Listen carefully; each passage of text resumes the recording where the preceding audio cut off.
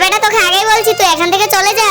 আমি সেই সকাল থেকে মাছ ধরছি, একটাও মাছ পাইনি। আর তোর যদি মাছ লেগেও যায় তাহলেও তুই মাছটা পাবি না, কারণ তুই তো বংশী দিয়ে মাছটাই তোলা জানিস না।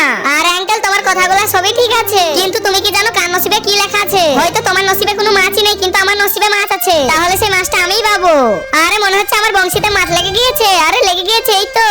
আরে দে দে, আমি বাই করে দিই, না হলে বেড়ে পালিয়ে যাবে মাছটা। আরে এই দাঁড়া। আরে এই মানুষটা একে তাড়াচ্ছে কেন? তার আগে দেখবো কে কে শয়তানকে হারিয়ে আল্লাহকে ভালোবাসে। যারা যারা আল্লাহকে ভালোবাসে তারা ভিডিওটা লাইক করে চ্যানেলটি সাবস্ক্রাইব করে দাও। আর যারা শয়তানকে ভালোবাসে তারা লাইক সাবস্ক্রাইব করার দরকার নেই, আর কমেন্টে লিখে যাও আল্লাহু আকবার। আরে ভাই এই বাচ্চাটাকে তাড়াচ্ছ কেন?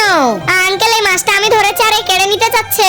আরে এটা তো সেই তুই, এই পুকুরে তোকে মাছ ধরতে মানা করেছিল না, তো আবার ধরতে এসেছিস? আরে না ভাই, এই বাচ্চাটা মিথ্যা কথা বলছে। না আমি মাছ ধরতে এসেছি না আর পেছু করছি। আমি একে মানা করছিলাম যে মাছ ধরিস না এই পুকুরে। আমি তো সবই বুঝতে পারছিলাম তুই কি করছিলি। আরে বাবু মাছটা নিয়ে বাড়ি চলে যা তুই। আর শুন, এই পুকুরে মাছ ধরতে আসবি না, এই পুকুরে মাছ ধরা বারণ। আরে ভাই ওই বাচ্চাটাকে তুমি ছেড়ে দিলে আমাকেও ছেড়ে দাও। না না, যতক্ষণ ওই বাচ্চা